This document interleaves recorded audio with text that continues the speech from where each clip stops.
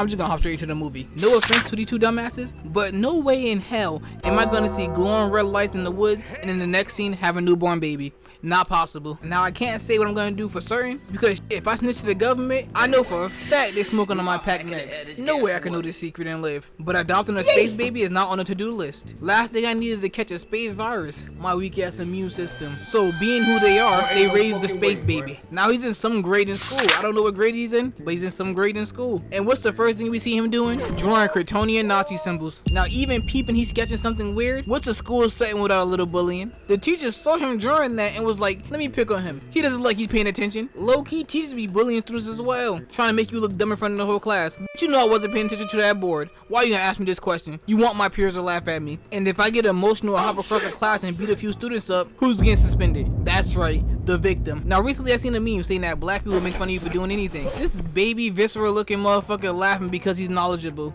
Imagine laughing at somebody because they're smart. If you put down their plates and pick up a book, you'd be just like him. Anyway, at least someone was smart enough to realize he has a manifesto and try to smooth the situation out. But that's it for the school part. We head back to their house. Not even 8 minutes in and the weird shit start happening. How often does the shed pulsate red? And does no one hear the sounds it's emanating? Like it's talking, but its words were like the growling of an empty stomach. So she does hear the sound of the radio and just shuts it off. Man, you stupid bitch! Bitch, you know you have an alien in your house. You better listen to the warning signs. They were trying to warn you. If I heard that, my thoughts instantly would switch to the little demon in my house. I'm thinking, he's finally awakened. Gotta get the holy water and the military. And I was right. This man started seasoned. The demonic voices must have been fucking up his mind. Because when he opened his eyes, this nigga thought he was in Team Wolf now. Now, at the beginning of the movie, we were shown this fact. She is not a bright person. She lacks common sense. Because the shit she does makes no sense. Having me like this.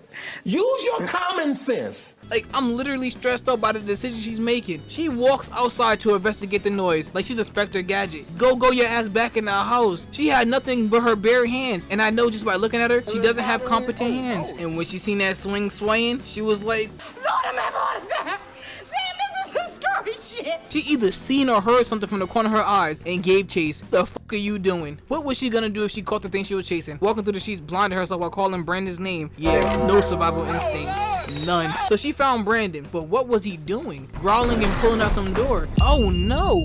I don't like the sight of that. But how does she respond? A. Run out of the barn screaming. B. Instantly start to attack him. C. Call the government. Or D. Walked closer to the obvious demon, calling his name gently, like she was trying to wake him from a bad dream. Of course, her dumbass was like, this ain't you, and placed her hand on his shoulder. And he lunged at her. And she still was like, calm down. I mean, he did snap out of it, but I still would have snapped his neck. I know a demon when I see a demon. And that's a demon. He even came out himself and said he's been hearing voices talking to him. And she touched his nigga gently in the bed. Come on now, dawg. Nigga, who do you call? Ghostbusters or Batman? He'll know how to handle him. He's good at beating up aliens. Now we finally see the dad again. And I can already feel he's like me. He's already worried of that little nigga. He probably only adopted him because of this hippie right here. And she's gonna have the audacity to lie when the father asked, where was he sleepwalking?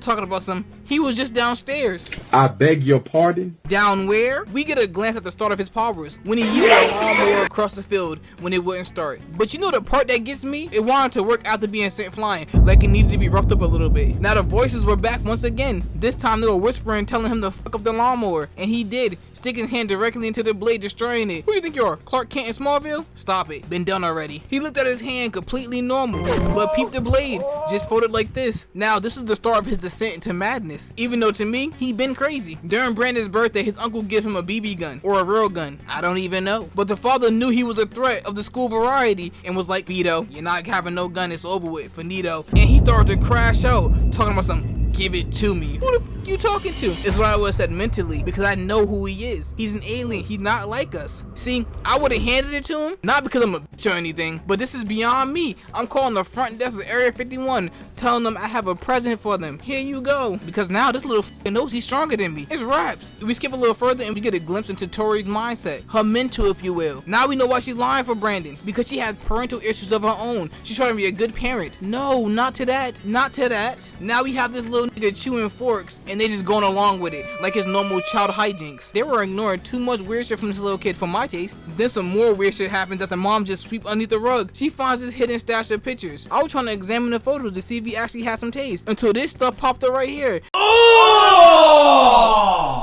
Then the mom gonna say, maybe we should have a talk with him. What talk? Talk about what? AP biology? It has autopsy reports hitting like A1 porn. So even after the fork biting and the images of organs, they see all the makings of a serial killer, and they still decided to take Brandon camping and try to give him the talk, which made him unlock the same type of riz the dude from You has, the stalking kind, because he couldn't even wait for the trip to come to an end before he started stalking a little girl from his class. This is strike 10. He should have been put down. We move on to the next scene, him at school, and guess what? He was already designing the costume, and look at the design. He knew he was a villain. No questions about it. He was like, who's your inspiration? Sinestro. For a brief moment, the mother expresses some worry over Brandon's actions, but that shit was alleviated faster than a motherfucker. But boy, he was getting weirder by the second. Not gonna lie, if I was the dad and I peeped my alien son doing this shit in the middle of the night, might have to pop. Like, what were you trying to do? F the chickens? In that slow ass turn?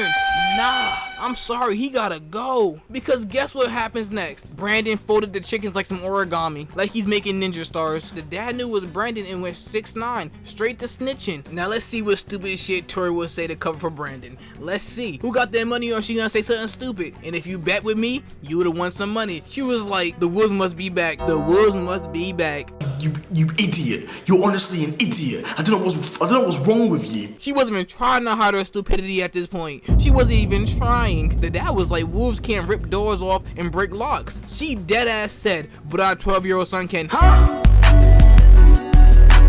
You and I both know this nigga came from a ship with red beaming lights. We know he's not human. You know damn well he can rip that lock off the door. The nigga's a freak. She gotta go and he gotta go. You cannot have two stupid motherfuckers around you. This is one of the only times if a dad left to go get milk and not return, I'll understand wholeheartedly. I'll root that nigga on like, run, Forrest, run. There's no way. Good luck with your internal nap when Brandon start folding you like laundry. Now Brandon just full out tweaking, breaking the girl hand he was stalking, and Tori is still defending him, talking about he said sorry. Oh, sorry. Sorry? Even if this nigga put on a performance to display his true regret, like this. I wanna say I'm sorry for the things I've done. I'm sorry. Area 51, here he comes. Now they start to realize he is a different beast, but the same animal. Brandon's having a mid-nap seance while Tori's over there Googling, like that shit's gonna help. It's a great search engine, but I don't think they're gonna have a wiki howl about how to raise your alien son. They might, but I doubt it. Now we get to a point in the movie where I'm scratching my head. How in the hell is there still an hour left? If I walk into the barn and I see my son floating, I have to put him down. For good, or at least try. I heard this nigga never bled. Nah, man, look at this ship. No way in hell do I see a blown out booty hole with a baby and think, I'ma raise that.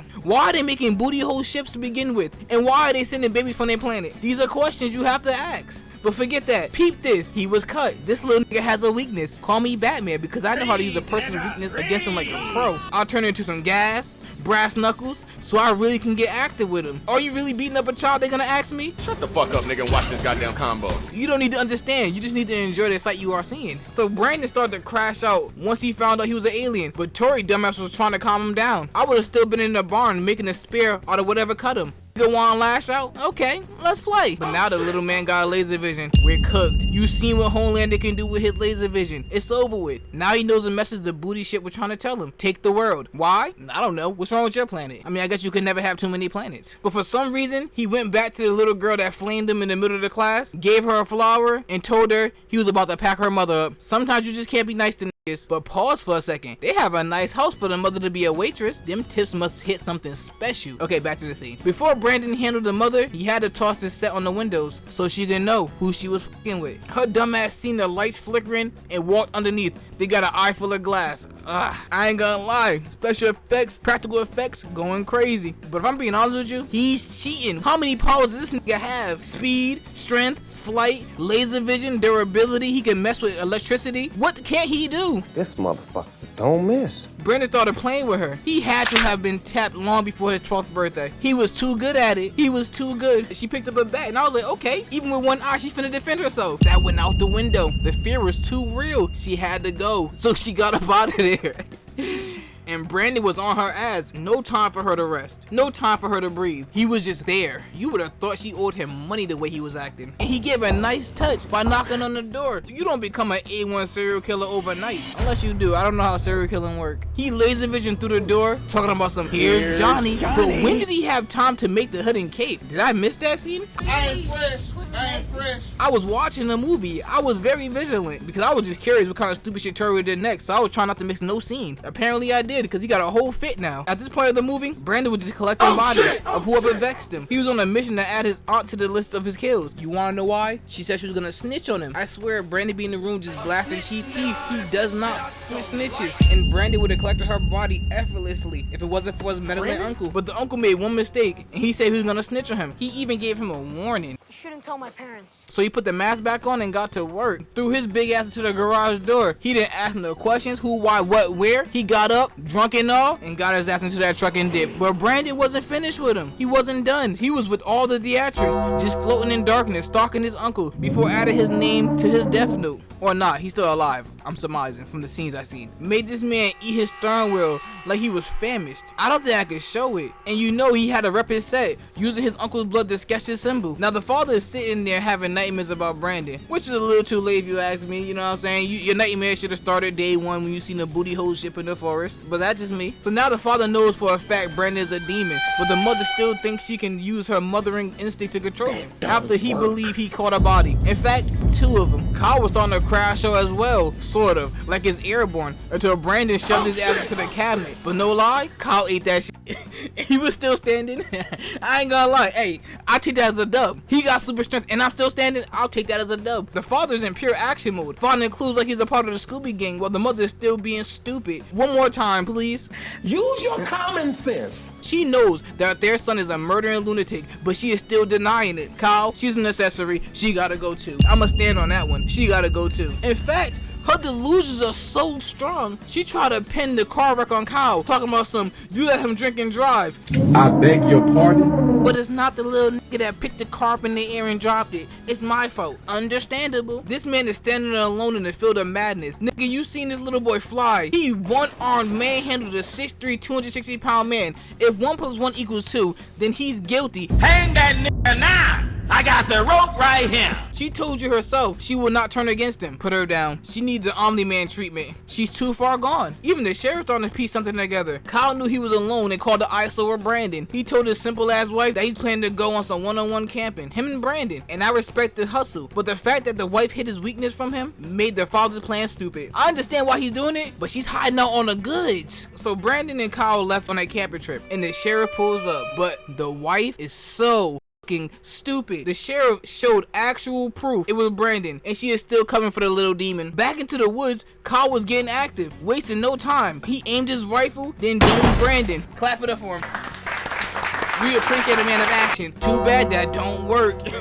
Brandon turned, and I knew all hell was on the verge of breaking loose. Kyle said, shit, one don't work, have another, and reloaded his gun. But Brandon was starting to cook, hit him with some David Copperfield and vanished, then reappeared with his mask back on. Did he know about the ISO, or was he always prepared? Pack that thing too, so he come around this way, you will get caught. Had Kyle on skates before he knocked his big ass down. Had him curling backwards, then pleading before he hit him with that Mortal Kombat fatality. Then Tori's dumbass wanna wake up after Kyle went on the mission underprepared. Only thing she did was paint a target on her own back. Now Brandon was on her ass, and no lie, it's what she get. Brandon started fucking up the house, and at this point, I was like, Brandon, get her ass. And guess what happened? Tori called the police, right? Knowing her son's an alien, knowing her son's a demon. And guess what happened? The one black dude in the movie, they got him, gave him the A-train treatment. But this officer take her job seriously. She seen a nigga get splat and still told Tori to hide. She got this. You don't know this, but it's her fault. It's her fault. Area 51 would have been found the shit was his weakness, would have been experimented on him, would have been made superhumans out of his DNA. But boy, that officer got fucked up. She should have ran. Now after the bodies piled up, she wants to think of the weakness. Now armed with a piece of this shit, she called for her ones, trying to use emotions to get close so she can utilize the weapon. But of course, she can't do shit right. Why did she wind up her arm so far back? What are you doing? But hey, at least he took his mother on one last trip before she died. This nigga Brandon was smart. He covered his tracks by taking an entire plane like he's Homelander and crashing into a house. But no cap, I blame Tori.